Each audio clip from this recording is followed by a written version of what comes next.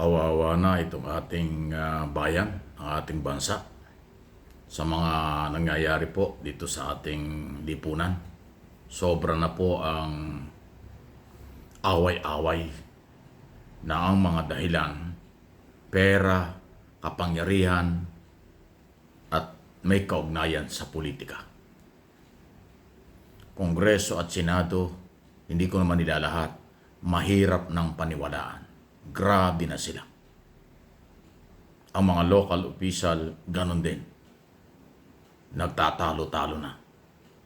Matindi yung akusasyon sa magkabilang panig ng Senado at Kongreso. Nagtuturoan, nagpapasahan sa insertion.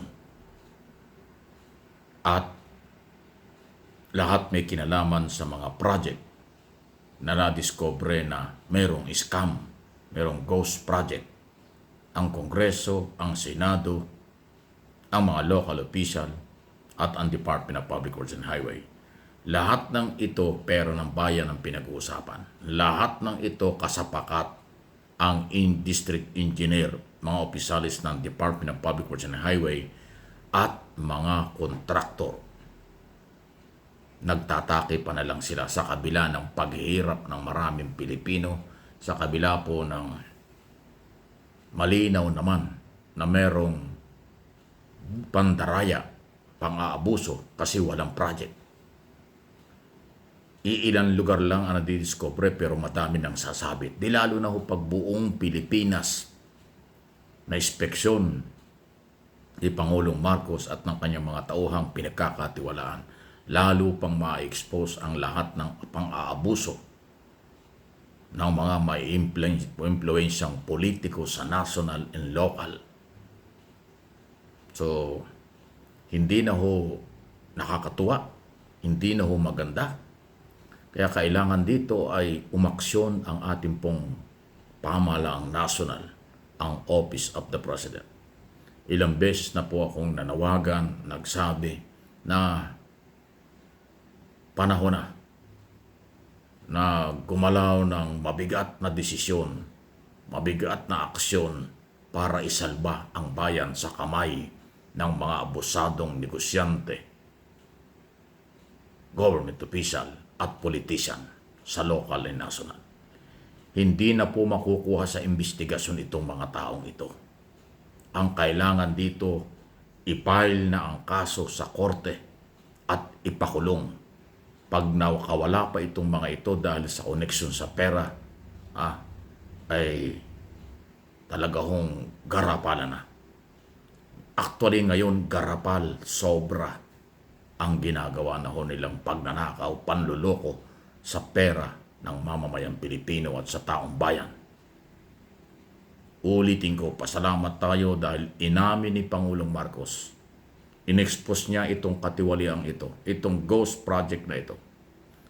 Sa kanya lang nangyari ito. Ibig sabihin, siya lang ang nakagawa nito. Ito ay nangyayari na sa nakaraang administrasyon.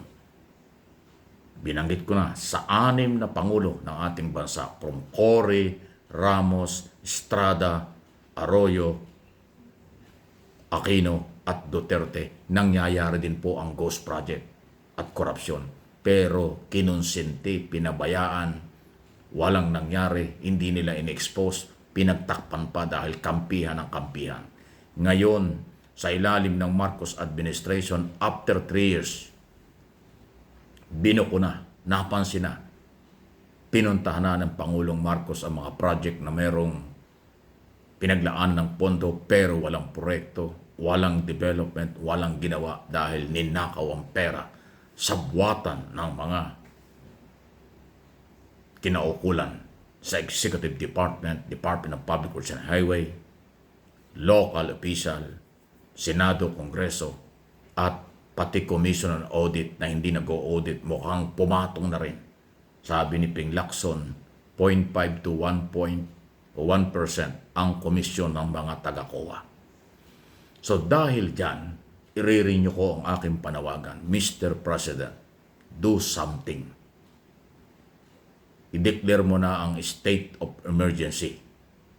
Dahil taong bayan na ang kawawa, taong bayan na ang biktima, pera ng mamamayan de la Cruz, wala nang pagkakatiwalaang maghawak ng perang ito dahil kinukurakot nila, ninanakaw. Kayo ang nakadiscover ng Ghost Project. Hindi mahirap ang Pilipino, hindi mahirap ang Pilipinas. Pinagnanakawan lang at na-discover mo na yan, Mr. President.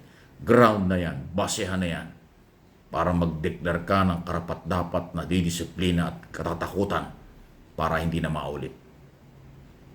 Hindi lang blacklist, kailangan total ba na ang mga kontraktor na sangkot sa katiwalian.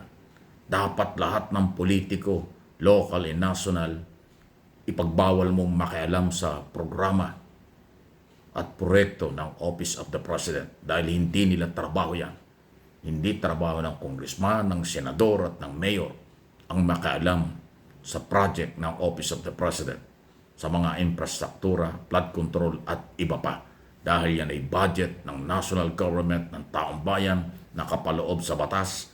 Pero dahil merong insertion, illegal yan. Dahil merong takipan, illegal yan. Dahil merong koneksyon, ang kontraktor at politician, illegal, kawawa ang bayan.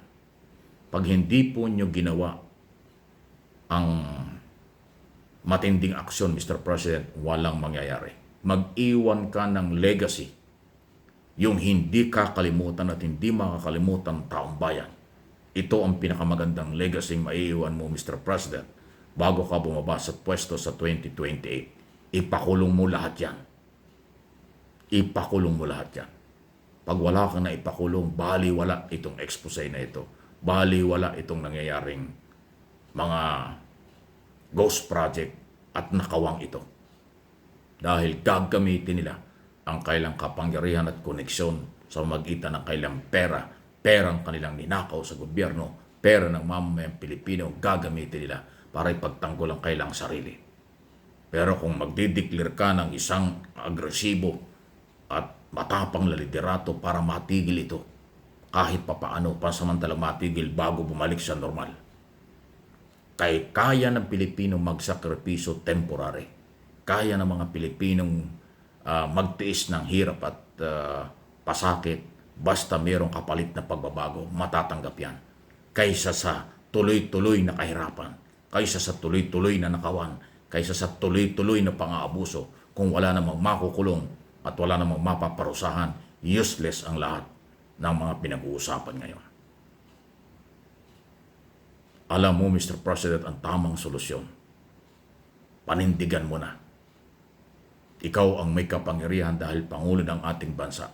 Ikaw ang nag-expose ng katiwaliang ito. Ikaw din ang magiging desisyon at magdidesisyon kung anong dapat gawin para maisalba mo ang mamamayang Pilipino.